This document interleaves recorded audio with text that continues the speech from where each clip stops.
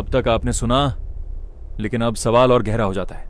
काबा को किसने बनवाया, और उससे पहले वहां क्या था?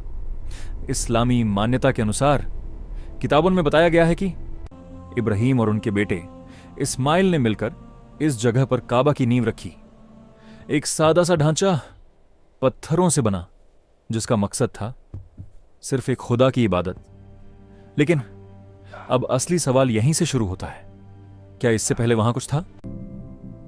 इतिहास की तरफ देखें तो मक्का उस समय एक सुनसान रेगिस्तानी इलाका था, जहां धीरे धीरे लोग बसने लगे।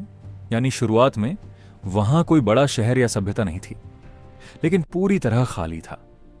इसका पक्का सबूत भी नहीं है। फिर वक्त के साथ वहां अलग अलग कबीले आए। मक्का और काबा से जुड़े प्रमुख अरब कबीले, एक बनु जुर्म, बहुत पुराने समय में मक्का में बसने वाले कबीले माना जाता है कि ये इस्माइल के साथ जुड़े थे। दो बानु कुजा जुहुम के बाद मक्का पर इनका कंट्रोल आया, इन्होंने काबा में मूर्तियों को बढ़ावा दिया। तीन बानु हशिम कुरैश का ही एक क्लैन, इसी में प्रॉफिट मोहम्मद पैदा हुए। चार बानु उमैया कुरैश का एक और पावरफुल क्लैन, बाद में इस्लामिक हिस्ट्री में बड़ा रोल रहा। पांच कुरैश सबसे पावरफुल कबीला, काबा की देखभाल इनके पास थी।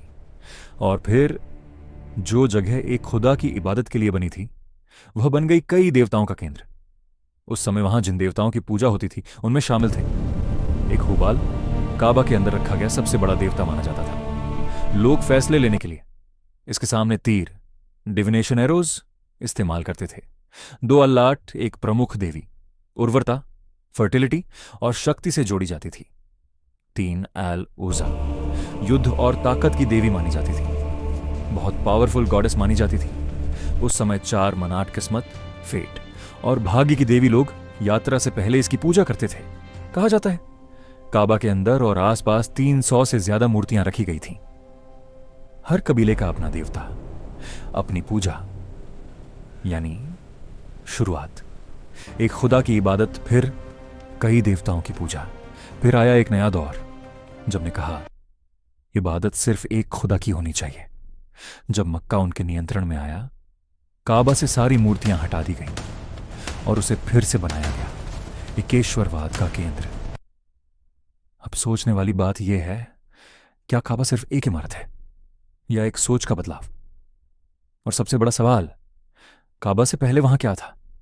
एक खाली जमीन या कोई और कहानी जो वक्त के साथ खो गई? इब्राहिम से पहले क्या था? यह इतिहास नहीं बताता, सिर्फ मान्यताएं बताती हैं। सच क्या है, यह पूरी तरह इस बात पर निर्भर करता है कि आप किसे मानते हैं, धार्मिक ग्रंथ या इतिहास। फैसला आप खुद कीजिए।